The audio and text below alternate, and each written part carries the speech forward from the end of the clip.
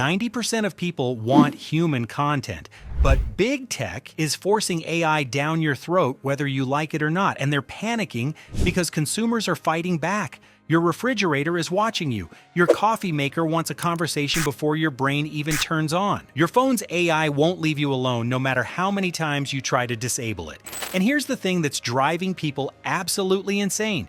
You cannot turn any of it off. Microsoft says you can disable it. They're lying. Google says it's optional, but they're lying. Meta says you're in control, but it's another lie. And in January 2026, at the biggest tech show in the world, consumers just proved it in the most embarrassing way possible for these companies. You see, the biggest story from CES 2026, the annual gadget show, where tech companies spend millions showing off their latest innovations, wasn't some revolutionary new product. It was the Worst in Show Awards, where consumer advocacy groups publicly called out big tech for forcing AI into products that absolutely do not need it. We're talking about refrigerators that literally won't open unless you talk to them, and they fail half the time if your kitchen is too loud. Coffee makers that cost over $2,000 and require a $139 yearly Prime subscription just to have conversations about coffee. Electronic lollipops with tiny batteries that play one song for 60 minutes and then become pure garbage. I wish I was making this up, and here's why this matters so much right now. These tech giants have bet everything, and I mean everything, on artificial intelligence. Microsoft has spent billions investing in OpenAI. Meta is spending $72 billion just on data centers in 2025 alone. Google has rebranded entire product lines around AI. They've told their investors, their employees, their customers that AI is the future of everything. But there's one massive problem they didn't account for, one variable they completely missed in all their calculations. Consumers don't actually want it, not the way they're forcing it on us anyway. The backlash that's building right now in early 2026 isn't just some angry posts on Reddit that'll blow over in a week. This is governments literally abandoning Windows and switching entire systems to Linux. This is lawsuits piling up in multiple countries. This is an entire cultural movement being born from frustration. There's literally a Chrome browser extension called Microslop that automatically renames every mention of Microsoft on every website as a form of protest.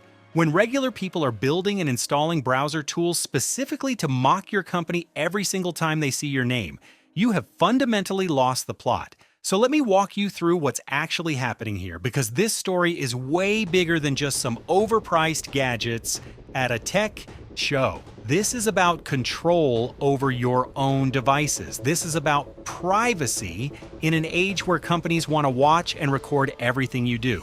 This is about tech companies that have decided they know what's best for you, and they're going to shove it down your throat whether you consent or not.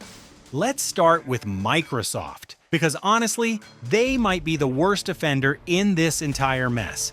In January 2026, Microsoft officially rebranded Office to Microsoft 365 Copilot, not Office with some AI features added, not Office plus Copilot as an option, just Copilot. That's the product name now. The message Microsoft is sending is crystal clear. AI isn't a feature you can choose anymore. It's the entire product, and you're going to use it whether you like it or not. And here's where things get really invasive, really creepy, really fast. Microsoft has this feature called Recall that they announced way back in May 2024. The backlash was so immediate, so severe, so widespread that they had to delay the entire thing for almost a full year. So what exactly does Recall do that made people lose their minds? It takes a screenshot of your computer every few seconds. Not every few minutes, every few seconds. And it stores everything to create what Microsoft calls a photographic memory of your entire digital life. Now, Microsoft's marketing pitch for this sounds almost reasonable on the surface. They say it's to help you find things later, to search through your entire history of what you've done on your computer. Sounds convenient, right? Except here's the part they conveniently left out of the initial announcement. The very first version of Recall stored all of this incredibly sensitive data in a plain text database. Plain text. That means any piece of malware, any hacker who gets access to your system, literally anyone with physical access to your computer, could just open up that database and read through your entire digital life like it's a book. Every password you've ever typed, every private message you've sent, every banking document you've opened, every embarrassing thing you've searched for, everything. The security researchers at XDA Developers called it exactly what it is. Creepy and a security camera recording you 24/7. They're not exaggerating. YouTube videos explaining what Recall does racked up millions of views, and if you read the comments, the overwhelmingly dominant sentiment was some variation of "hell no" or "why would anybody want this feature?" Even in mainstream tech publications that are usually pretty friendly to Microsoft, when they wrote articles about Recall, the comment sections were just brutal. People were genuinely frightened of this thing. So Microsoft delayed the launch, went back to the drawing board, and made some changes. They encrypted the database so it's not sitting there in plain text anymore. They made it opt-in during the Windows setup process instead of being on by default. But here's the fundamental problem that no amount of engineering can fix. Nobody trusts Microsoft anymore. Their track record on privacy is, let's be completely honest here, absolutely terrible. And beyond the Recall nightmare, there's the regular Copilot feature itself. It's embedded everywhere in Windows 11. Users keep reporting the exact same frustrating pattern over and over again. They go into settings and turn Copilot off. Then a Windows update comes through, and suddenly Copilot is back, re-enabled without their permission. One user on a Windows forum described it perfectly. System settings should stick. That's not a radical demand. That's basic respect. But Microsoft doesn't see it that way, apparently. CEO Satya Nadella published his outlook for 2026, and the entire document was focused on one thing: AI. He didn't mention anything about the declining quality of Windows, nothing about all the performance issues users keep reporting, nothing about the bloatware that ships with Windows now. Just AI, AI, AI, that's all Microsoft cares about anymore. And you know what users are doing in response? They're leaving. There's more genuine interest in switching to Linux right now than tech journalists can ever remember seeing. And it's not just individual users making the switch. Entire governments are looking at Windows 11, looking at these forced AI features that spy on you and can't be disabled. And they're saying, no thanks, we're moving our entire infrastructure to Linux instead. Governments. Think about that. In October 2025, Microsoft quietly rolled out something called Gaming Copilot. And here's how most users found out it existed. It just appeared on their systems one day. Installed automatically, no permission asked. One user on a gaming forum wrote about how they were testing a game that was under a non-disclosure agreement, legally couldn't talk about it, and they suddenly noticed Gaming Copilot was sitting there in the background, capturing and transmitting everything they were doing on screen. Everything. Microsoft's promises about on-device privacy turned out to be complete nonsense because the data wasn't even encrypted properly. The gaming community's reaction was immediate outrage, and Microsoft had to scramble into damage control mode.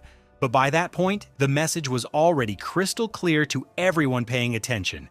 Microsoft will install AI features on your computer whenever they feel like it, whether you want them or not, and they'll do it without asking for your permission first. Now, there's this whole cultural movement that's emerged from all this accumulated frustration with Microsoft. People are calling it micro-slop. It's a play on Microsoft's name combined with the word slop, which, by the way, Merriam-Webster literally chose as their official word of the year for 2025. AI slop. That's the term that's emerged for all the low-quality, AI-generated garbage flooding the internet.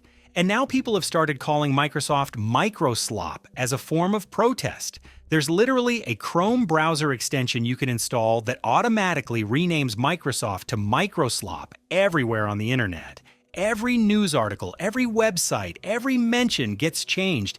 It's a protest through mockery. And the fact that this exists, the fact that actual human beings took the time to build it, and thousands of people are actively installing and using it, that tells you absolutely everything you need to know about where consumer trust is right now when it comes to Microsoft. Even Windows Central, which is a tech website that normally covers Microsoft products pretty favorably, wrote this in January 2026.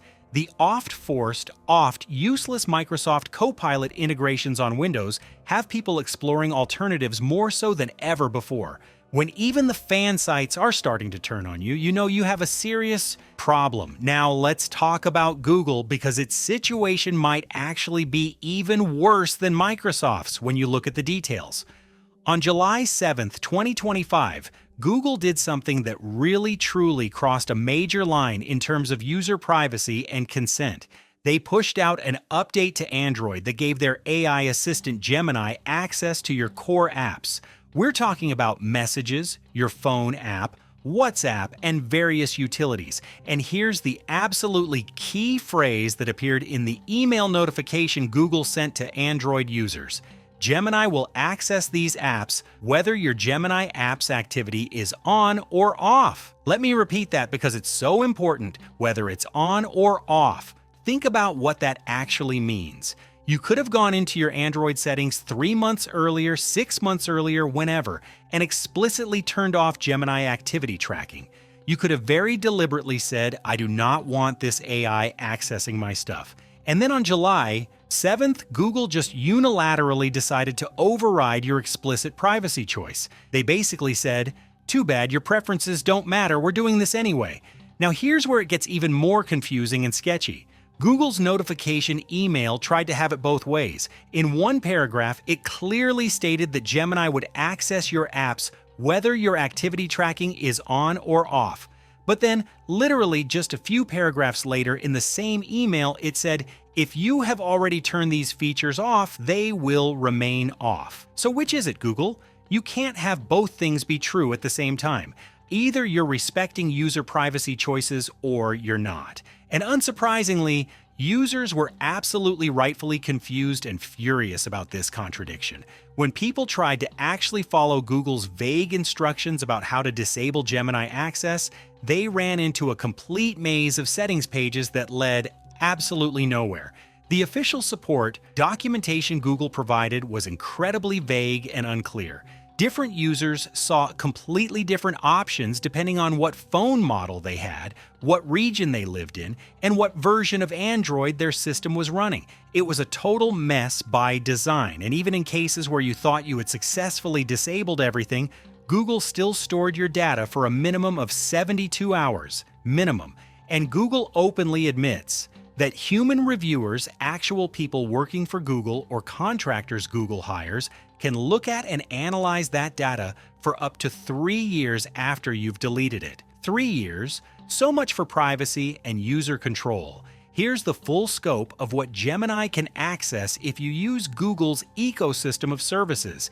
It can read your Gmail, which means literally every email about your personal finances, your job applications, your private relationships, your medical information, everything.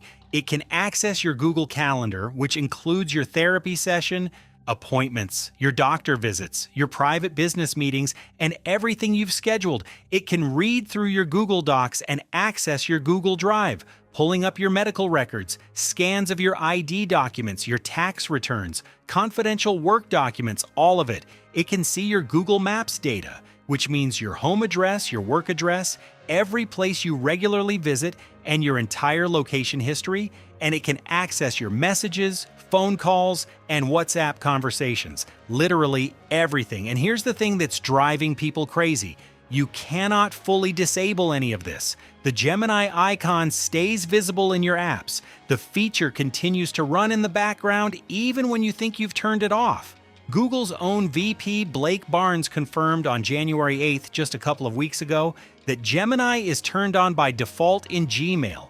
It's not opt-in, where you have to choose to enable it. It's opt-out, where it's already on. And you have to know enough to go find the hidden setting to turn it off.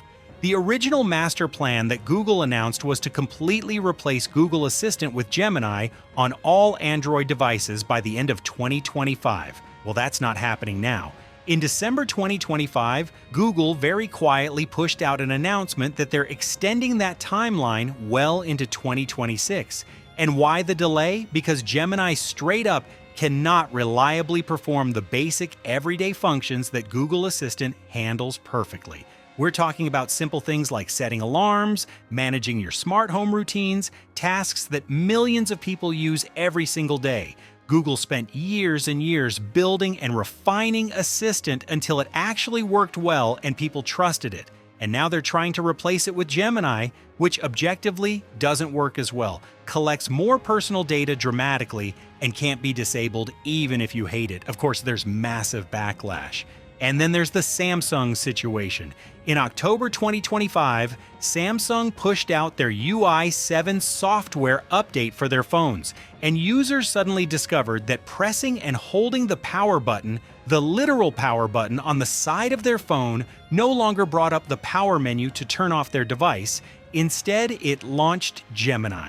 Just think about that scenario for a second. You're sitting in a funeral, or an important business meeting, or a movie theater. Your phone starts ringing. You reach too quickly to turn it off by holding the power button like you've done 10,000 times before. And instead of the power off menu, Gemini pops up on your screen. That actually happened to a real person who posted about it online. They wrote, "I had to literally pray that nobody would call me because I couldn't figure out how to turn off my phone." This isn't some weird edge case bug. This is Samsung and Google fundamentally changing how one of the most basic functions of a phone works, without asking users first, without even warning them it was coming. The comparison that privacy advocates and tech analysts are making is really interesting and ominous. They're saying that what Google is doing right now, integrating Gemini into Android as deeply and inescapably as possible, is basically identical to what Microsoft did when they integrated Internet Explorer directly into Windows back in the 1990s.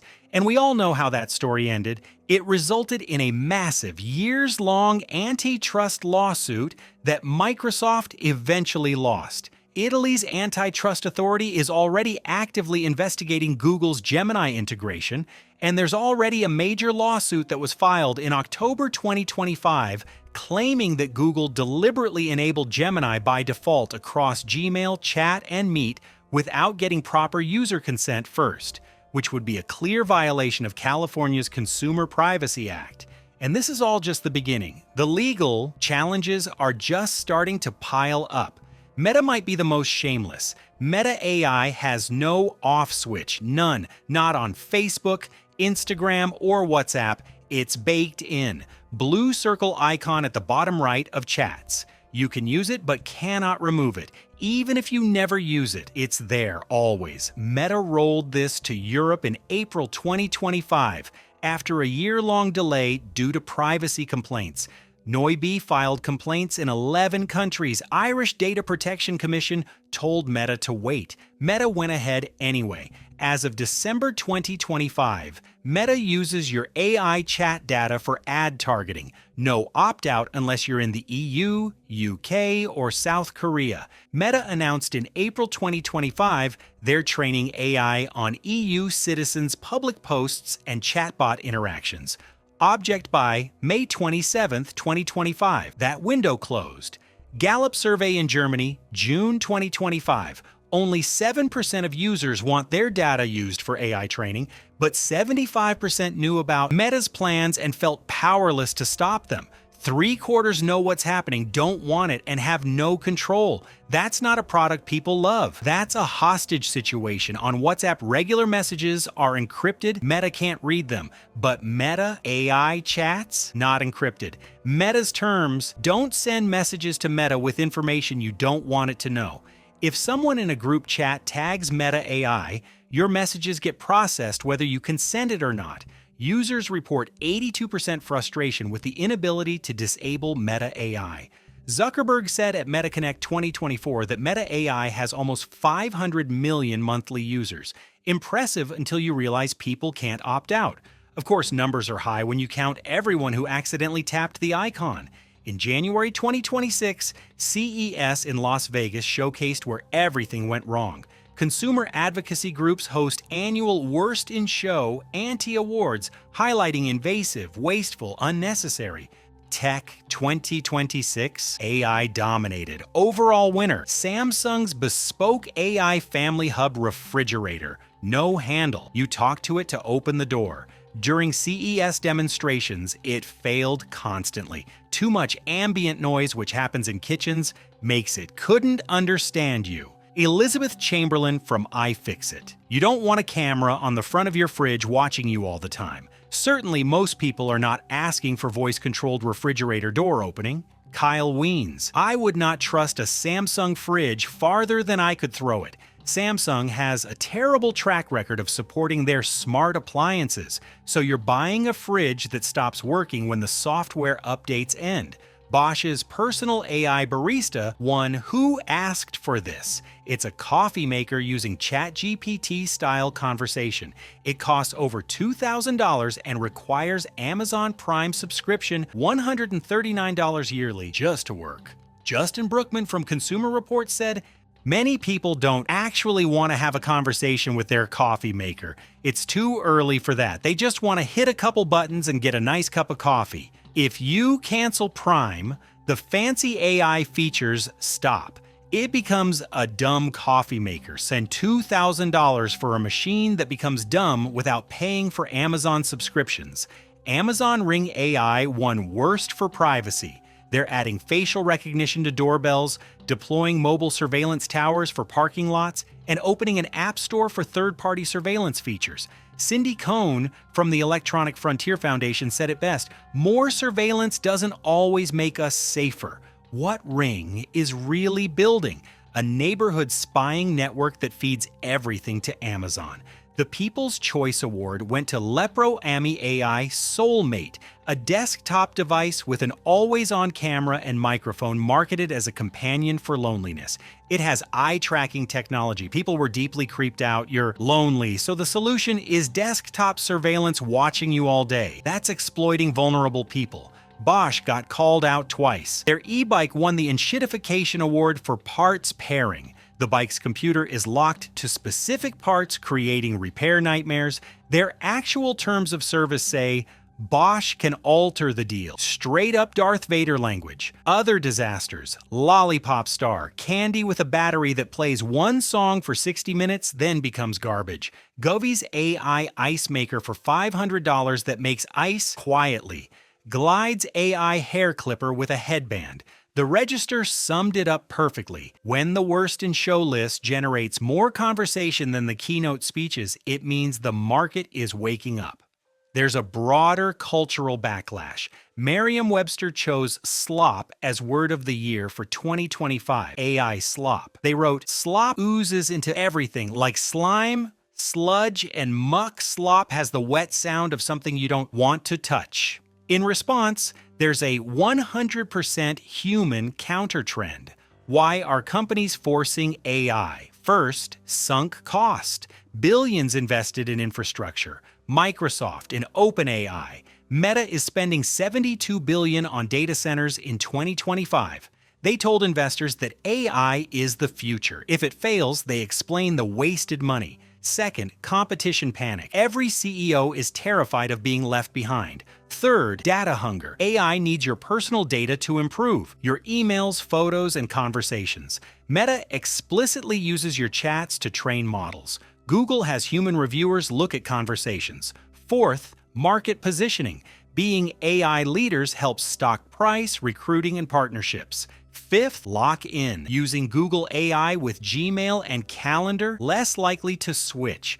Using Microsoft Copilot across Windows and Office, locked in their ecosystem. But what companies missed, consumer trust is at an all-time low. Years of privacy scandals and data breaches made people skeptical.